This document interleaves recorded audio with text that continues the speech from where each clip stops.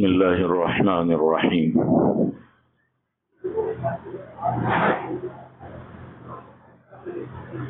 الحمد للہ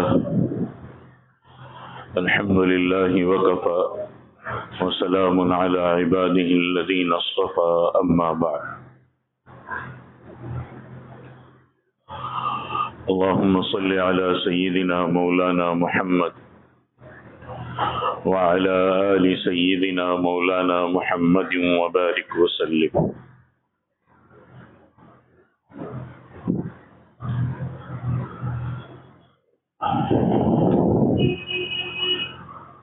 آج کی جمعہ کی اس مجلس میں مستقل موضوع پر کوئی بات نہیں ہوگی. کچھ بے مثال واقعات ہے، ان واقعات کو آپ کے سامنے انشاءاللہ تعالی بیان کیا جائے گا.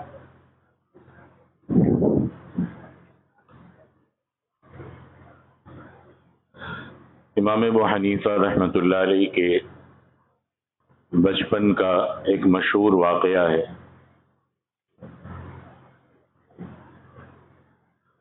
جس سے امام ابو حنیفہ رحمۃ اللہ علیہ کی حاضر جوابی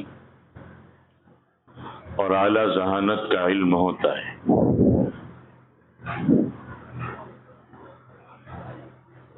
بعض علماء نے لکھا ہے کہ عیسائیوں کی جانب سے ایک مناظرے میں مسلمانوں کو لاجواب کرنے کے لیے علماء سے چند عقلی سوالات کیے گئے، اور کئی مرتبہ ایسا ہوتا ہے کہ انسان اپنی چرب زبانی کا استعمال کرتے ہوئے کچھ ایسی باتیں عقلی طور پر پیش کرتا ہے کہ سامنے والا لاجواب ہو جاتا ہے. تاریخ لکھنے والوں نے یہ لکھا ہے کہ شاہ روم کی جانب سے آنے والے قاصد نے یہ عقلی سوالات مسلمانوں کے ایک عام مجمع کو جمع کر کے پوچھے تھے. اب لوگ حیران تھے کہ ان سوالات کے جوابات کیسے دیے جائیں. اب جو سوال کرنے والے تھے وہ بہت خوش ہو رہے تھے کہ آج ہم نے کچھ ایسے سوالات رکھے ہیں کہ ان کے پاس ان کے جوابات نہیں ہیں. ہم بہت سے اہل ایمان کو ایمان سے پھسلا دیں گے، یعنی وہ ہماری باتوں میں آ جائیں گے، ایمان چھوڑ دیں گے. ایسے وقت میں امام ابو حنیفہ رحمۃ اللہ علیہ اس وقت ابھی بچے تھے، کم عمر کے تھے. انہوں نے اپنے والد سے اجازت مانگی کہ اگر آپ اجازت دیں تو میں جواب دینا چاہتا ہوں. والد صاحب نے امام ابو حنیفہ کے اصرار پر ان کو اجازت دے دی، اور اعلان ہو گیا کہ ان صاحب نے جو سوالات پیش کیے ہیں فلاں بچہ ان سوالات کے جوابات دے گا. امام ابو حنیفہ رحمۃ اللہ علیہ آگے بڑھے اور عیسائی سوال پوچھنے والے سے کہا کہ دیکھو، جو سوال پوچھنے والا ہوتا ہے وہ شاگرد ہوتا ہے، اسٹوڈنٹ ہوتا ہے، لہذا آپ ایک کام کریں کہ آپ اسٹیج سے، ممبر سے نیچے آ کر کے سوال کریں. اسٹوڈنٹ کلاس ٹیچر سے سوال کرے گا تو ظاہر سی بات ہے کلاس ٹیچر اوپر ہوگا، اسٹوڈنٹ نیچے ہوگا. امام صاحب نے کہا کہ اب میں چونکہ آپ کے سوالات کا جواب دے رہا ہوں، آپ سوال پوچھ رہے تو آپ نیچے آ جائیے، نیچے آ کر سوال پوچھیے، میں اوپر چڑھ کر کے جواب دیتا ہوں. امام صاحب بحیثیت استاد ممبر پر تشریف لے گئے اور فرمایا کہ اب سوال کیجیے. عیسائی مناظر نے کہا کہ بھئی یہ سوال بتاؤ کہ اللہ سے پہلے کون تھا. اور آج بھی کچھ اس طریقے سے ذہن خراب کرنے کی کوشش کی جاتی ہے. تو امام صاحب نے کہا کہ آپ گنتی شروع کریے، 1 2 3 4 5، اور گنتی شمار کر کے بتائیے کہ 1 سے پہلے کون سا عدد ہے، یعنی 1 سے پہلے کیا آتا ہے؟ عیسائی مناظر نے کہا کہ 1 سے پہلے تو کوئی عدد نہیں آتا، فرسٹ سے ہی سٹارٹ ہوتا ہے، اس سے پہلے کچھ نہیں ہوتا۔ تو امام صاحب نے جواب دیا کہ بھائی سوال حل ہو گیا کہ جب اعداد میں شمار کرنے میں 1 سے پہلے کوئی چیز نہیں ہو سکتی ہے جو کہ مجازی ہے، 1 2 3، تو ایک حقیقی اکیلا جو ہے اللہ، اس سے پہلے کوئی چیز کیسے ہو سکتی ہے؟ عقل کا جواب عقل سے ہی دیا جا سکتا ہے، تو اس نے عقلی سوال کیا تھا، جواب بھی ویسے ہو گیا۔ تو امام صاحب نے فرمایا کہ ہمارا ایمان ہے کہ اللہ کی ذات وحدہ لا شریک ہے، جو ابتدا اور انتہا سے پاک ہے۔ اب اس نے دوسرا سوال کیا کہ یہ بتاؤ کہ اللہ کا منہ کس طرف ہے؟ امام صاحب نے کہا ایک موم بتی لائیے، اور ایک موم بتی لا کر کے اس موم بتی کو جلایا، شمع روشن کی، اور کہا کہ میں آپ سے پوچھتا ہوں کہ دربار میں اس وقت جب اس کی شمع روشن کی گئی ہے تو اس کا منہ کس طرف ہے؟ تو عیسائی مناظر نے کہا کہ یہ جو شمع ہے اس کا منہ تو چاروں طرف برابر ہوتا ہے۔ امام صاحب نے جواب دیا کہ پھر اس بات کا فیصلہ بھی ہو گیا کہ جب ایک مجازی روشنی جو ختم ہو جانے والی ہے اس کے لیے کوئی آپ رخ متعین نہیں کر سکتے، تو اللہ تو جو حقیقی نور ہے وہ کسی رخ کا پابند کیسے ہو سکتا ہے؟ اللہ تو اپنے علم کے ساتھ ہر جگہ موجود ہے۔ اب عیسائی مناظر نے کہا کہ تیسرا سوال یہ ہے کہ ہر چیز کی کوئی نہ کوئی جگہ ہوتی ہے جہاں وہ موجود ہوتی ہے، تو بتائیے کہ اللہ کہاں ہے؟ امام صاحب نے دودھ منگوایا اور اس سے پوچھا کہ بتاؤ کہ اس دودھ میں مکھن کہاں ہے؟ میں شروع سے کہہ رہا ہوں کہ عقل کا جواب عقل، ورنہ نقلی دلائل تو قرآن و حدیث بھرے پڑے، کیونکہ آج کل لوگ ایسے ہی ذہن استعمال کرتے ہیں۔ تو کہا کہ اس دودھ میں مکھن کہاں ہے؟ تو عیسائی مناظر نے کہا کہ مکھن تو دودھ کے ہر قطرے میں ہے، اس کی کوئی ایک جگہ ہے نہیں، پورے دودھ میں ہے۔ تو امام صاحب نے جواب دیا کہ وہ زمین اور آسمان کا خالق جس نے اس کو پیدا کیا ہے وہ بھی ہر جگہ اپنی قدرت کے ساتھ موجود ہے۔ اب عیسائی مناظر نے ایک آخری سوال کیا کہ یہ بتاؤ کہ تمہارا اللہ اس وقت کر کیا رہا ہے؟ تمہارا اللہ کیا کر رہا ہے؟ امام صاحب نے کہا کہ اس کے تو بہت سے کام ہیں اور وہ بتائے جا سکتے ہیں کہ اس وقت کیا کیا کام ہو رہے، لیکن ان میں سے ایک کام یہ ہے کہ اس وقت اللہ نے تجھ کافر کو ذلیل کر کے ممبر سے نیچے اتارا اور مجھے نیچے سے اٹھا کر کے اوپر بٹھا دیا، تجھے پست کر دیا، مجھے بلند کر ڈالا۔ لوگوں کے ہجوم میں وہ شخص لاجواب ہو گیا، مبہوت ہو گیا۔ یہ ایک واقعہ ہے لیکن اس کے اندر بہت بڑا سبق چھپا ہوا ہے۔ ہر خاص اور ہر عام نے حضرت امام ابو حنیفہ جن کا نام تھا نعمان ابن ثابت، ان کے علم سے استفادہ کیا اور ان کی قدر کو پہچانا۔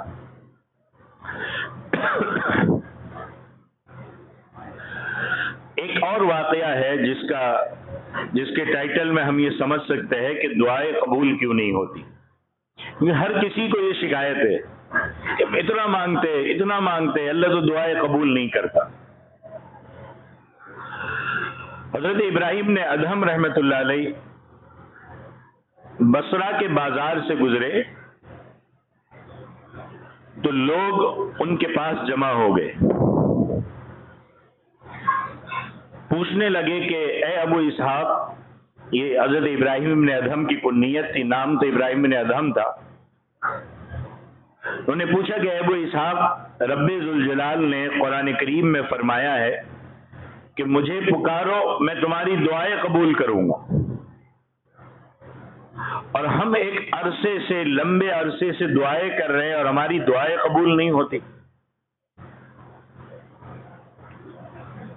کیا وجہ ہے؟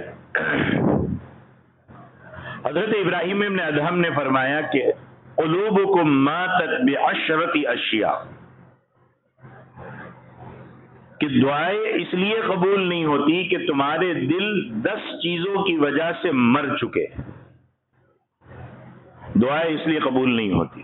پھر وہ 10 چیزیں گنوائی، فرمایا کہ الاولی عرفتم اللہ فلم تؤدوا حقہ، پہلی چیز یہ ہے کہ تم اللہ کو پہچانتے ہو لیکن اللہ کا حق ادا نہیں کرتے۔ بات تو صحیح ہے، ہم پہچانتے ہیں، کہتے ہیں اللہ ہے، لیکن ہم میں سے کتنے ہیں جو اللہ کا حق ادا کرتے؟ کتنے ہیں جو اس کے حکموں پر چلتے؟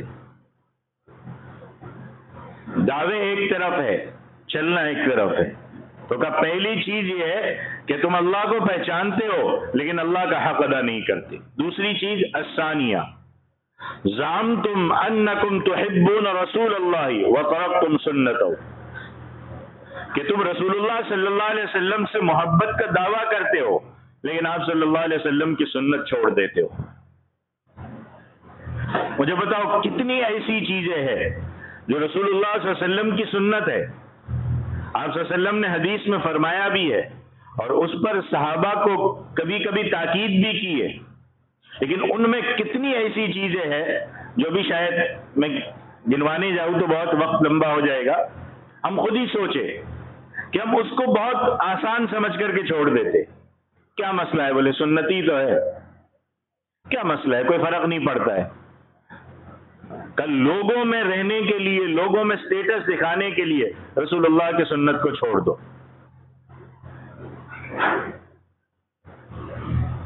ہمارے بال سے لے کر کے ہمارے نیچے تک، کپڑوں سے لے کر کے، کھانے سے لے کر کے، پینے سے لے کر کے، لوگوں میں سے اٹھنے سے بیٹھنے سے لے کر کے، ہم شرم محسوس کرتے ہیں کہ ہم سنت پہ چلے۔ لوگ کیا کہیں گے؟ ایک وہ صحابی تھے جنہوں نے کسریٰ کے دربار میں کہا تھا کہ کیا میں ان بیوقوفوں کی وجہ سے، جب ان سے کہا گیا تھا کہ کیا کر رہے ہو، انہوں نے کہا کہ میں ان بیوقوفوں کی وجہ سے اپنے نبی کی سنت چھوڑ دوں۔ جب کھانے کا لقمہ گر گیا اٹھ کر کے صاف کر کے کھا رہے تھے، کہا کیا کر رہے ہو، یہاں تو بڑے تہذیب دان لوگ ہیں، کہا کہ میں ان بیوقوفوں کی وجہ سے اپنے نبی کی سنت چھوڑ دوں۔ اترک سنت حبیبی لہؤلاء الحمقاء۔ اور آج ہم دعوے تو کرتے ہیں کہ ہمارے بڑے ایسے تھے، ان کے یہ کارنامے ہیں، ان کی یہ چیزیں ہیں اور انہوں نے یہ کر کے دکھایا، لیکن ہم میں کیا ہے؟ ہمیں اس کا 1% بھی ہے، 1% بھی ہے۔ یا تو وہ مسلمان تھے، ہم مسلمان نہیں ہیں، اور اگر ہم اپنے آپ کو مسلمان کہلوا رہے تو ان کے لیے پھر کوئی اور نام تلاش کر لیجئے۔ تو دوسری چیز فرمائی کہ تم رسول اللہ صلی اللہ علیہ وسلم سے محبت کا دعویٰ کرتے ہو لیکن آپ صلی اللہ علیہ وسلم کی سنت چھوڑ دے۔ اور مجھے یقین ہے کہ ابھی اس وقت لوگ سن رہے، بڑی لذت محسوس کر رہے، لیکن جیسے مسجد کی دیوار سے باہر، دروازے سے باہر جاتے وہ سارا یہی چھوڑ کے جاتے کہ باہر سنت نہیں، باہر رسول اللہ کا طریقہ نہیں۔ اب باہر ہم ماڈرن ہیں، باہر ہم یہودی ہے، باہر ہم عیسائی ہے، کہ ہمیں کتنا بھی چاروں طرف سے گھس کر کے، دبا کر کے دنیا سے ختم کرنے کی کوشش کی جائے، لیکن ہم چلیں گے انہی کے پیچھے۔ اور وہ جنہوں نے اپنے خاندان کے خاندان قربان کر دیے ہمارے لیے، جنہوں نے فاتح برداشت کیے، جنہوں نے پتھر برداشت کیے، جنہوں نے اپنی بیٹیوں کے طلاق ہونا برداشت کیا، ان کے طریقے پر ہم چلنے کے لیے تیار نہیں ہیں۔ زندگی پوری قربان کر دی، اپنا وطن تک چھوڑ دیا، ان کے طریقوں سے ہمیں محبت نہیں ہے۔ ہمارے طور طریقے دیکھو، کیا اسلامی ہے یا غیر اسلامی ہے؟ آشرم چھوڑنے کے لیے تیار نہیں ہے کہ ہم رسموں پہ چلیں گے، ہم شریعت پہ نہیں چلیں گے۔ لوگوں کو دکھانا ہے کہ چلتا آ رہا ہے، اور دعوے پھر بعد میں ایسے ہوں گے کہ ہم مسلمان ہیں، ہم رسول اللہ کے ماننے والے ہیں۔ تیسری چیز، کہا دعائیں قبول کیوں نہیں ہوتی؟ کہا تیسری چیز ہے قرأتم القرآن ولم تعملوا به، کہ تم قرآن کی تلاوت کرتے ہو لیکن اس پر عمل نہیں کرتے۔ ایک آدمی بہت ساری چیزیں جنرل نالج سیکھے لیکن اس پر ہی عمل ہی نہ کرے تو کیا ہوگا؟ فائدہ پہنچے گا اس کو؟ ہم قرآن کی تلاوت تو کرتے ہیں لیکن اس پر عمل کرنے کے لیے تیار نہیں۔ اور افسوس تو یہ کہ ہمیں پتہ ہی نہیں کہ قرآن میں کیا ہے، نہ سیکھنے کی کوشش کرتے، نہ سمجھنے کی کوشش کرتے، نہ ایسی محفلوں میں بیٹھنے کی کوشش کرتے۔ ہمارے پاس وقت ہے تو کن چیزوں کے لیے؟ گپے مارنے کے لیے، گلی چوراہوں پہ بیٹھ کے وقت گزاری کے لیے۔ وقت نہیں ہے تو آدھا گھنٹہ نکال کر کے قرآن کو سمجھنے کے لیے۔ کہا تم قرآن کی تلاوت کرتے ہو لیکن اس پر عمل نہیں کرتے۔ اور رابعہ، چوتھی چیز، اکلتم نعم اللہ ولم تؤدوا شکرہ، کہ تم اللہ کی نعمتیں کھاتے ہو لیکن اللہ کا شکر ادا نہیں کرتے۔ اللہ کا شکر کیا ہے؟ اللہ نے جو کہا ہے اس پر چلو، اللہ نے جس سے روکا ہے اس سے رک جاؤ۔ کتنی نعمتیں، کھانا تو دور کی بات ہے، اسی جسم کو دیکھ لیجئے، اس آنکھ کو دیکھ لیجئے، اس کان کو دیکھ لیجئے، اس زبان کو دیکھ لیجئے، اس بدن کے صحیح سالم ہونے کو دیکھ لیجئے۔ یہ سسٹم جو اللہ نے پیدائش سے لے کر کے موت تک دیا ہے، یہ اتنی بڑی بڑی نعمتیں، لیکن ہم ایک سر جھکانے کے لیے جمعہ کے علاوہ تیار نہیں ہیں۔ ہم اپنی دکانیں چھوڑنے تیار نہیں ہیں، اور کتنے تو ایسے جو ایسے ہی بیٹھے رہیں گے، کونے پکڑ کے بیٹھے رہیں گے، ان سے کہیں گے نماز کو، بولے ہاں چلو آ رہے۔ نماز پڑھنے میں وحشت محسوس ہو رہی ہے، بیٹھے بیٹھے باتوں میں گزار دیں گے، لیکن 2 رکعت اور 4 رکعت پڑھ کر کے سر جھکانے کے لیے تیار نہیں ہے کہ اللہ کا شکر ادا کرے۔ ہم اپنے گھروں میں بیٹھے رہیں گے، پوری رات جاگ لیں گے لیکن فجر نہیں پڑھیں گے۔ ان سے کہا جائے کہ 1 مہینے تک جاگنا ہے اور 1 مہینے تک یہ کام آپ کو صبح جلدی اٹھ کے کرنا ہے تو وہ ضرور کریں گے، لیکن اللہ کے حکموں پر نہیں چلیں گے۔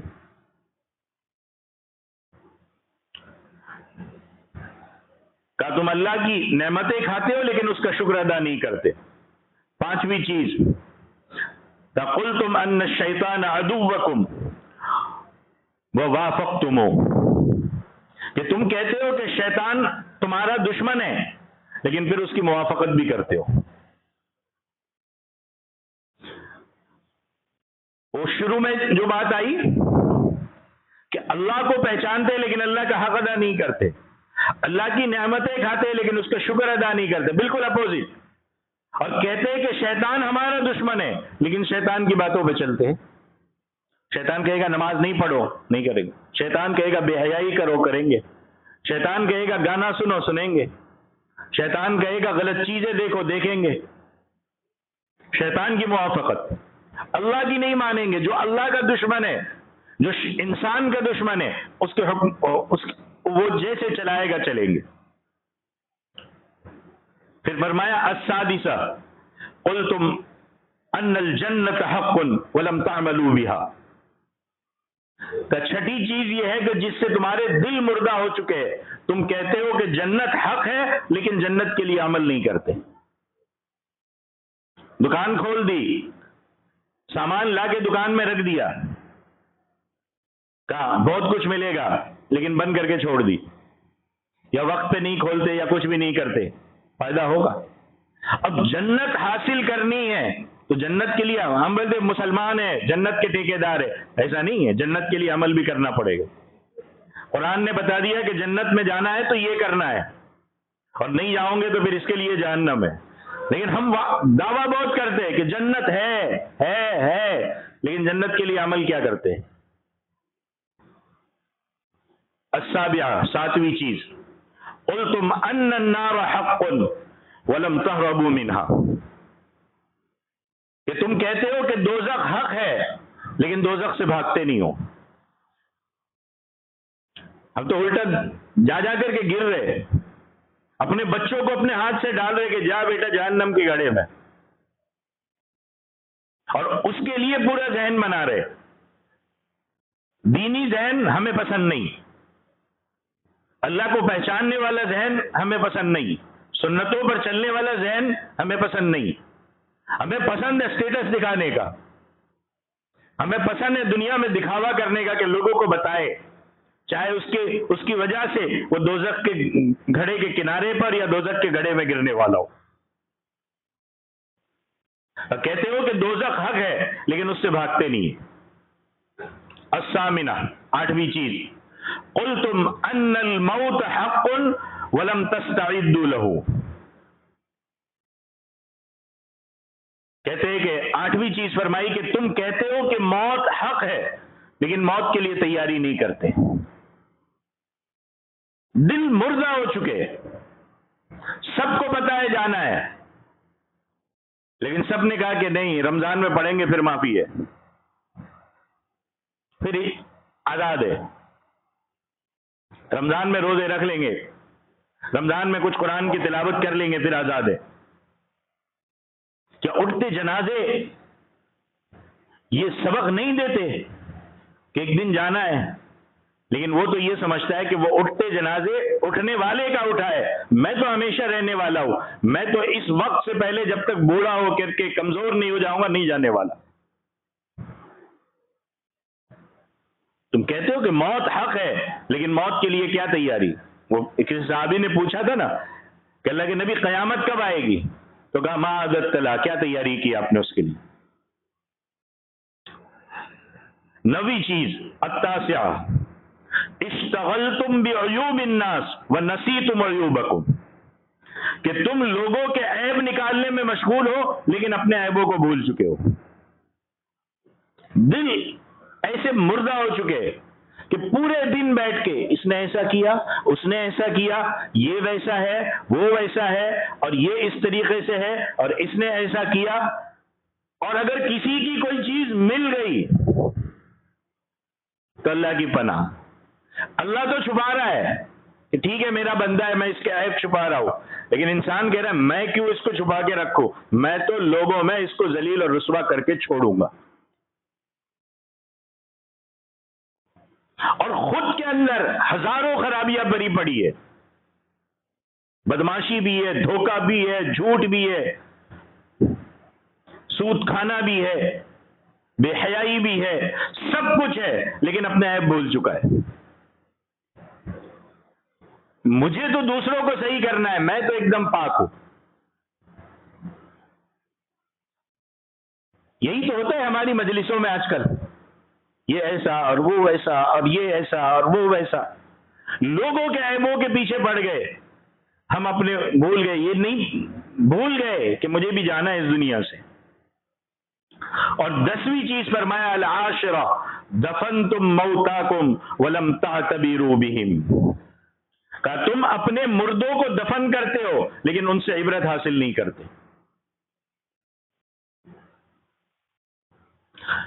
تو حضرت ابراہیم ابن ادہم سے یہ 10 چیزوں کے بارے میں سوال کیا گیا.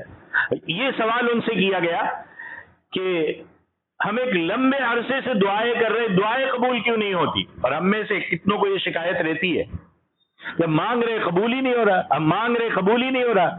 تو انہوں نے جواب دیا کہ تمہاری دعائیں اس لیے قبول نہیں ہوتی کہ 10 چیزوں کی وجہ سے تمہارے دل مردہ ہو چکے. اور یہ میں سب سے پہلے اپنے آپ سے کہہ رہا ہوں، یہ خود سے کہہ رہا ہوں، اور پھر ہم میں سے ہر ایک کو بیٹھ کر اس چیز پر غور کرنا ہے کہ خدا کی شکایت لوگوں سے کرنے سے بہتر ہے کہ اللہ دعائیں قبول نہیں کرتا. اپنے اندر کمیاں تلاش کرو کہ مجھ میں کیا کمیاں ہیں جس کی وجہ سے دعائیں اوپر نہیں جاتی، جس کی وجہ سے رکاوٹیں ہیں. ایک سیٹ ہو اور اس نے آپ پر کئی چیزوں کے قانون لگائے ہو اور آپ ایک قانون فالو نہ کرو، اور وہ آپ یہ امید رکھو کہ آپ پر وہ چاروں طرف سے انعامات برسائے. چاروں طرف سے ہم پر انعامات، لیکن ہم چلوں گا ایک پر بھی نہیں. میں وہ کیسے انعامات برسائے گا؟ وہ کیسے آپ کا خیال رکھے گا؟ تو دعائیں اگر قبول کروانی ہے تو ان 10 چیزوں پہ ہمیں ضرور دھیان دینا ہوگا. اب یہ ایک اور حدیث اور ایک اور واقعہ جو حدیث کی کتابوں میں آتا ہے، پھر میں بات ختم کرتا ہوں. ترمذی شریف اور دوسری حدیث کی کتابوں میں سے ایک واقعہ وہاں لکھا ہوا ہے کہ جو لذت کو بڑھانے والا اور عجیب ایمانی ولولہ عطا کرنے والا ہے. حضرت ابی بن کعب رضی اللہ تعالیٰ عنہ پوچھتے ہیں، آج جمعہ کا دن ہے، غور سے سنیے گا، کہ اے اللہ کے نبی صلی اللہ علیہ وسلم، میں آپ پر کثرت سے درود بھیجنا چاہتا ہوں. سوچے ان کی کیا تھی، دیکھیے اللہ کے نبی سے سوالات کیا تھے، اور ہمارے سامنے کوئی آتا ہے تو کیا سوالات، فلانے نے رزق بند کروا دیا، فلانے نے کان میں آ کر کے سیٹی پھونکی تو یہ ہو گیا، میری بیوی کے کان میں آ کے جنات پھونکتا ہے اور یہ کرتا ہے، اور فلانا یہ ہو گیا اور فلانا یہ ہو گیا. ہماری کیا ترجیحات ہے؟ یہ اللہ کے نبی سے آ کر کے کیا سوال کر رہے اور کیا پوچھ رہے کہ اے اللہ کے نبی صلی اللہ علیہ وسلم، میں آپ پر کثرت سے درود بھیجنا چاہتا ہوں، بتائیے میں اپنے دعا کے اوقات میں سے کتنا وقت درود شریف کے لیے مقرر کروں. اندازہ کریے دعا کتنی لمبی مانگتے ہوں گے، کتنا وقت مقرر کروں. حضور اکرم صلی اللہ علیہ وسلم نے فرمایا کہ جتنا تمہارا جی چاہے، تمہارے اختیار میں جتنا چاہے درود شریف کے لیے مقرر کرو. وہ کہتے میں نے عرض کیا کہ اللہ کے رسول 1/4 مقرر کرتا ہوں، یعنی دعا میں سے چوتھا حصہ درود شریف کے لیے. تو آپ صلی اللہ علیہ وسلم نے فرمایا کہ تمہیں اختیار ہے، اور اگر اس سے زیادہ بھی کر دو تو یہ تمہارے لیے بہتر ہے، اس سے بھی زیادہ کر دو تو تمہارے لیے بہتر ہے. تو وہ کہتے میں نے عرض کیا کہ آدھا کر دوں. حضور اکرم صلی اللہ علیہ وسلم نے فرمایا کہ تمہیں اختیار ہے، اور اگر اس سے بھی زیادہ کر دو تو تمہارے لیے اور بہتر ہے. تو میں نے عرض کیا کہ 2/3 کر دوں. حضور صلی اللہ علیہ وسلم نے فرمایا تمہیں اختیار ہے، اور اگر اس سے زیادہ کر دو تو تمہارے لیے اور بہتر ہے. تو انہوں نے عرض کیا کہ اللہ کے رسول صلی اللہ علیہ وسلم، پھر تو میں اپنی دعا کا سارا وقت آپ کے درود کے لیے ہی مقرر کر دیتا ہوں، پورا کا پورا وقت. تو اللہ کے نبی نے اس کے جواب میں کیا فرمایا، اور سے سنیے گا، ہم کہاں کہاں پریشانیاں کا حل ڈھونڈتے. فرمایا حضور اکرم صلی اللہ علیہ وسلم نے کہ اگر آپ ایسا کریں گے تو پھر تو تمہاری ساری پریشانیاں دور کر دی جائے گی اور تمہارے گناہ بھی معاف کر دیے جائیں گے. پریشانیوں کا حل کہاں پہ ہے؟ ایک ظاہری اسباب تو ہے ہی، ہم نے ظاہری اسباب کے پیچھے بہت دوڑے لگائی، لیکن جو باطنی اسباب ہے، جو اللہ کی طرف متوجہ ہونے والی چیزیں ہیں، اس کی طرف بھاگ کر کے نہیں آتے.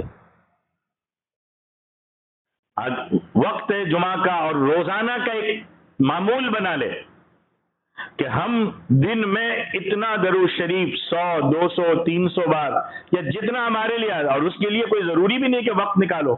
آپ گاڑی چلا رہے ہو درود شریف پڑھتے رہو، آپ بس میں بیٹھے ہو درود شریف پڑھتے رہو، آپ اپنا کچھ گھر میں کچھ کام کر رہے ہو یا اپنا آفس کا کچھ کام کر رہے ہو، درود شریف پڑھتے رہو، کثرت سے درود شریف پڑھتے رہیے.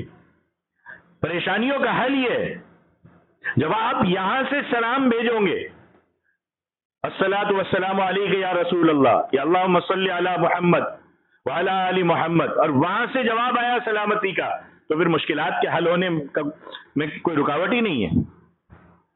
تو درود شریف کثرت سے پڑھیے، اور آج تو خصوصی طور پر جمعہ کے دن پڑھیے. اب چونکہ میں نے کئی بار اس کو پڑھتے ہوئے آپ صلی اللہ علیہ وسلم تذکرہ کیا، لیکن کتنے ایسے ہیں جو ابھی بھی بیٹھے ہیں، کتنوں کی زبانوں سے نکلا ہی نہیں صلی اللہ علیہ وسلم. تو اب اسی شوق میں اب درود شریف میرے ساتھ آپ پڑھ لیجئے. پڑھیے اللہم صلی علی محمد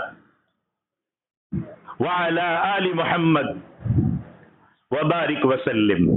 اتنا چھوٹا درود یاد کر لیے. کئی کہتے ہیں ہم کو بڑا یاد نہیں ہوتا، اتنا چھوٹا یاد کر لیجئے. نہیں ہے کم سے کم صلی اللہ علیہ وسلم وہی پڑھ لیجئے. اپنی دعا میں درود شریف کی کثرت کا معمول بنائیے. اپنے رات اور دن میں کچھ وقت درود شریف کے لیے خاص کیجیے. وقت نکالیے، فجر بعد نکال دیجیے، عصر بعد نکال دیجیے. نہیں، آپ اپنے کاموں سے رات کو لیٹ آتے، دوستوں کے لیے گپ شپ کے لیے وقت ہے، سب کے ساتھ وقت ہے، اللہ کے نبی پر درود شریف کے لیے وقت نکال لیجیے. تو یہ 2-3 واقعات تھے جو بہت اہم تھے، جو میں نے آپ کے سامنے رکھے. اللہ تعالیٰ عمل کی توفیق عطا فرمائے. آمین. وآخر دعوانا ان الحمد للہ رب العالمین.